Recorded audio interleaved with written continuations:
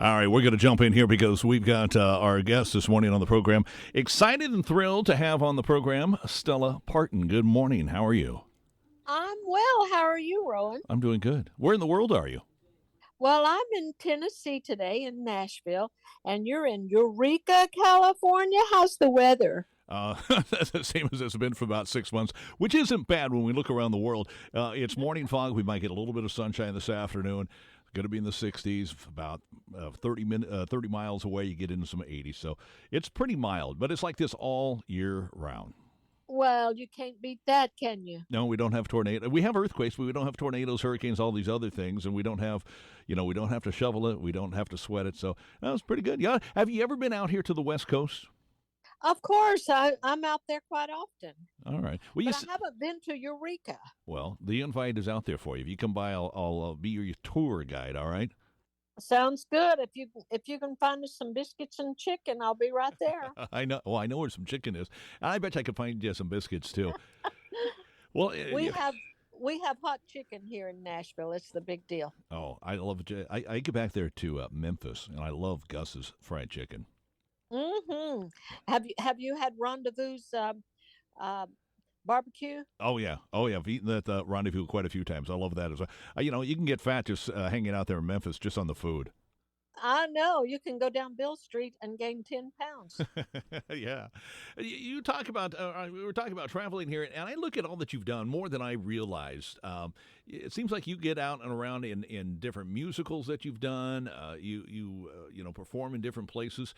Of all the stuff that you've done, and you're a singer, you're a songwriter. You have written a book. I want to hold you.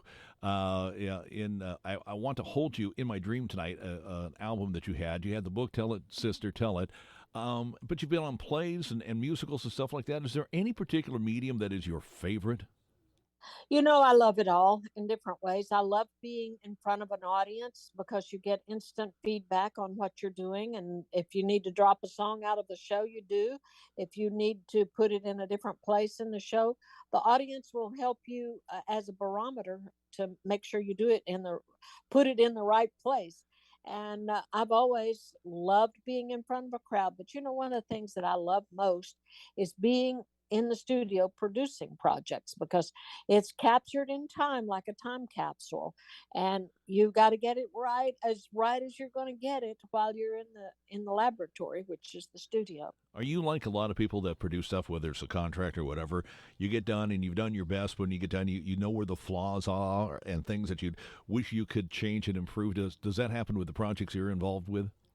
Absolutely. By the time I get through mixing my work, because I sit there with the engineer and mix my own projects. I've always done that.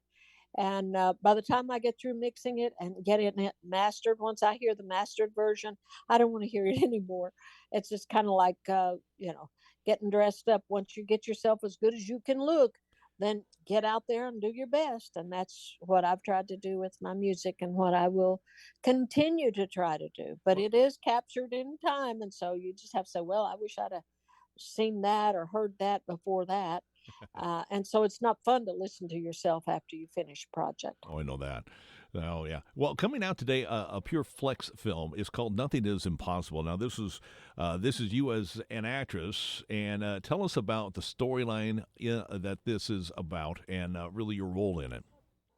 Well, it's a love story, but it's a story of faith and hope and not giving up on yourself or anyone else. And my character is Ruby, and she's a voice of reason. And I don't have a huge role in this film, but the role that I do have is a pivotal role because she's the one that kind of puts things into perspective for the love story. And so I was happy to do it. It wasn't anything that was too far away from the character that I think I am as a human being. I try to be supportive and a voice of reason as a practical person all the time, anyway. So, in a movie like this, do you examine really what the storyline is going to be before you say yes or no to accepting that role? Of course, I always read the script to make sure that it's something I want to represent because if I'm going to have to apologize for being a participant in something, then why would I dare even think of doing it.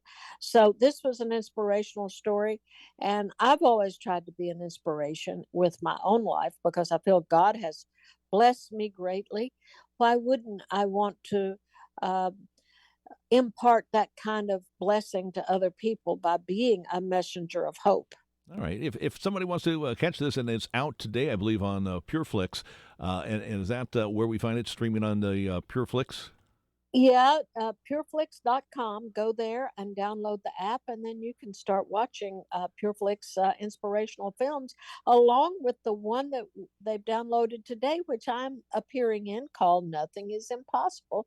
And David A.R. White, is the star of the film, along with Nadia Borland and different members of the cast. You'll know and recognize some of them. It's a great little film. Awesome. What do you have next on your agenda to do in life?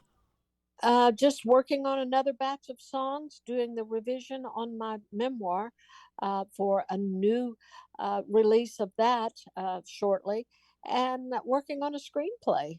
Really? Well, you ought to get off your butt and try to do something. You seem kind of lazy. Well, I try to live a creative life, and I think as long as we're healthy and inspired, we should try to do that. I know what you feel. All right. Have you ever gone through an interview where somebody hasn't asked you about your sister Dolly? Hardly. All right. I'm glad you didn't make this one of her interviews. This is my interview. This is Exactly. Stella. This is Stella Parton signing off. There you go. That's right. And that's the most mention she's going to get in this interview. So listen. This is Stella Parton, and her name has not been brought up. But Stella Parton is speaking to you right now in Eureka Springs, California. Well, it's not Eureka Springs, but it's Eureka. It's close enough. Listen, you get out here to the West Coast. I'm going to show you all over the place, and we'll have a good time, okay? And we'll go get chicken and biscuits. Thank you, Roland. All right. Thanks, Stella. Take care. Bye. Bye-bye.